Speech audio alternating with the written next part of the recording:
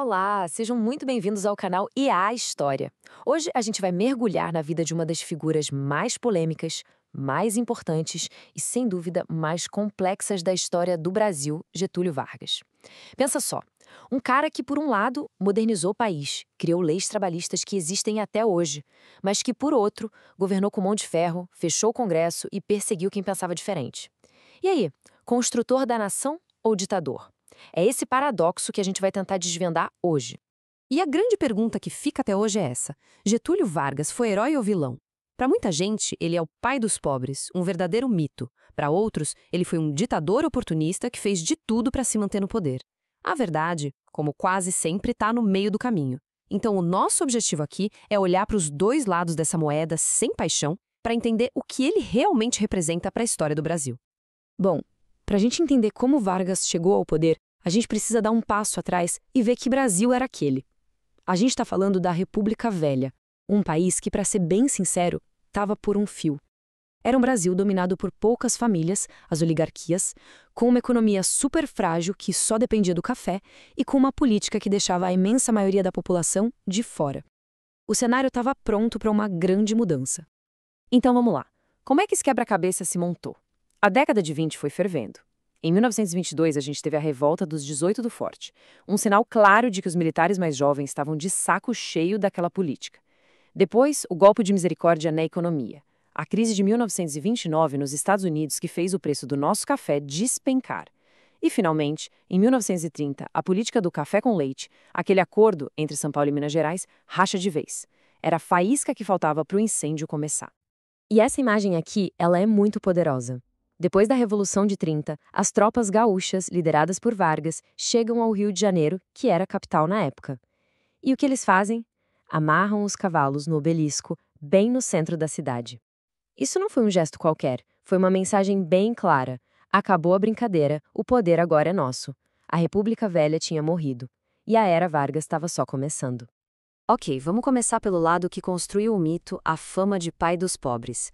Assim que assume, Vargas entende uma coisa que os políticos antigos não entendiam: a questão social, ou seja, os problemas dos trabalhadores não podia mais ser um caso de polícia, tinha que ser uma questão de Estado. E ele começa a fazer uma série de reformas que vão mudar o Brasil para sempre. Gente, é impressionante a quantidade de coisa que ele fez em pouco tempo. Ele cria o Ministério do Trabalho, algo inédito. Logo depois vem a jornada de 8 horas, férias pagas, a regulamentação do trabalho de mulheres e crianças e a carteira de trabalho. Pensem só, pela primeira vez o trabalhador urbano tinha um documento que dava a ele direitos, dignidade, e os institutos de pensões foram o embrião da nossa previdência social.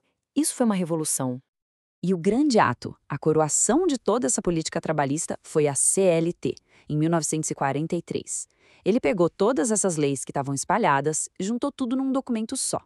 A CLT não foi só uma lei, foi um projeto de país. Ela criou um novo padrão de cidadania para o trabalhador e, vamos combinar, é a marca registrada do governo Vargas até hoje. E para a gente ter uma ideia do tamanho da mudança, basta olhar como se pensava antes. Essa frase do presidente que foi deposto pelo Vargas, Washington Luiz, resume tudo. Greve, protesto, era para mandar a polícia resolver na base da força. Vargas vira essa lógica de cabeça para baixo. Para ele, a questão social era algo que o Estado tinha que cuidar, mediar e, claro, usar para construir isso à base de apoio. Mas, e na história sempre tem o mais, né? Agora a gente precisa virar a página e olhar o outro lado da moeda. Porque para fazer tudo isso, e principalmente para se manter no poder, Vargas não teve o menor problema em usar a força. Enquanto ele dava direitos com uma mão, ele tirava liberdades com a outra. E como ele fez isso? Bom, tinha um kit básico da ditadura. Primeiro, a censura. Jornais, rádios, artistas, tudo era controlado. Segundo, os sindicatos. Eles ganhavam benefícios sim, mas em troca perdiam a liberdade e passavam a ser controlados pelo governo. E claro, a repressão. A Lei de Segurança Nacional virou uma arma para prender qualquer um que fosse considerado inimigo do governo. O ponto final foi em 1937, quando ele deu um golpe nele mesmo, rasgou a Constituição e instalou a ditadura do Estado Novo. O momento decisivo para essa escalada autoritária foi a intentona comunista de 1935. Foi um levante de esquerda, super mal organizado, que o governo esmagou rapidinho. Mas o Vargas foi esperto. Ele usou esse episódio como pretexto perfeito para endurecer o regime. Ele pintou o fantasma do perigo comunista para todo lado para justificar o aumento da repressão. E se tem um caso que mostra o lado mais sombrio, mais cruel desse regime, é o da Olga Benário. Ela era companheira do líder comunista Luiz Carlos Prestes. Olga era alemã, judia e estava grávida quando foi presa. Por ordem direta de Vargas, ela foi deportada para a Alemanha nazista, para a Alemanha de Hitler. Ela acabou morrendo numa câmara de gás. É um ato de uma crueldade política que, sinceramente, mancha para sempre a biografia dele. E como se o cenário já não fosse complicado bastante, o mundo explode na Segunda Guerra Mundial. E aí o paradoxo do Vargas fica ainda mais nítido. O ditador do Brasil precisou jogar um xadrez político muito delicado entre as potências do eixo, que eram as ditaduras, e os aliados, as democracias. Olha que jogada de mestre da diplomacia! Vargas queria muito industrializar o Brasil. Para isso, ele precisava de uma grande siderúrgica. E o que ele fez? Abriu um leilão. De um lado, a Alemanha nazista ofereceu a tecnologia.